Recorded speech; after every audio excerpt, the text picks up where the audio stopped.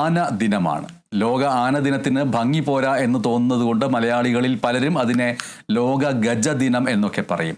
ആന എന്ന് നേരാംവണ്ണം പറഞ്ഞാൽ പോരെ എന്ന് ചോദിച്ചാൽ ഗജം എന്ന വാക്ക് ഉപയോഗിച്ച് പറഞ്ഞാലേ ഒരു ഗൗരവം കിട്ടൂ എന്നാണ് പലരുടെയും ധാരണ.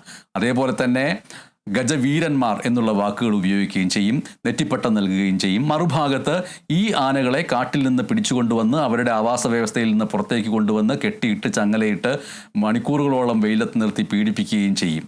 എന്തായാലും ആന എന്ന വാക്കും ഗജം എന്ന വാക്കും ഒക്കെ നിറയുന്ന ദിവസമാണ് ഇന്ന്. കേരളത്തിലെ ഏറ്റവും വലിയ ആന പരിപാലന കേന്ദ്രമെന്ന് വിശേഷിപ്പിക്കപ്പെടുന്ന ഗുരുവായൂർ പുന്നത്തൂർ കോട്ടയിലേക്ക് പോകാം.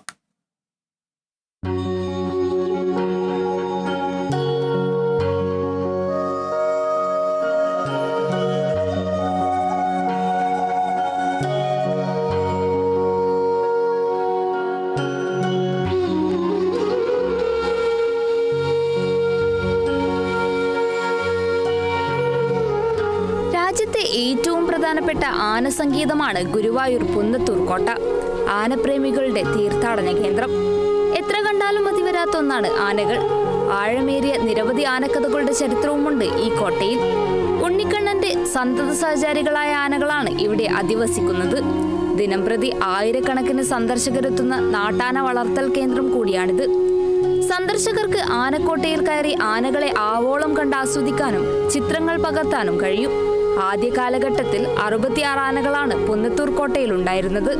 എന്നാൽ ആനകളെ നടയിരുത്തുന്നതിൽ നിയന്ത്രണം വന്നതോടെ എണ്ണം കുറഞ്ഞു. പ്രായാധിക്യത്താലും അസുഖങ്ങളാലും ആനകൾ ചെരിഞ്ഞതോടെ ഇപ്പോൾ 36 ആനകളായി ചുരുങ്ങി. വർഷം തോറും സുഖചികിത്സ നൽകുന്ന ഗുരുവായൂർ ദേവസ്വത്തിന്റെ ഗജപരിപാലന പരിപാടി ശ്രദ്ധയാകർഷിച്ചിട്ടുണ്ട്. കൃത്യമായ ഭക്ഷണം, വെള്ളം, മദപ്പാടുകാലത്തെ നിരീക്ഷണം ഉൾപ്പെടെ ആനകളെ ശാസ്ത്രീയമായാണ് ഇവിടെ പരിപാലിക്കുന്നത്.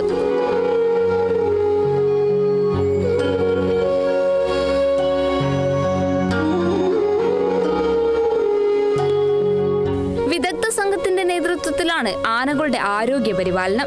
ഗജവീരന്മാരുടെ സംരക്ഷണത്തിനായി ആചരിക്കുന്ന ഈ ലോക ഗജദിനത്തിൽ മലയാള തലയെടുപ്പായ ആനപ്പെരുമയുടെ മഹിമയും ഏറുകയാണ്.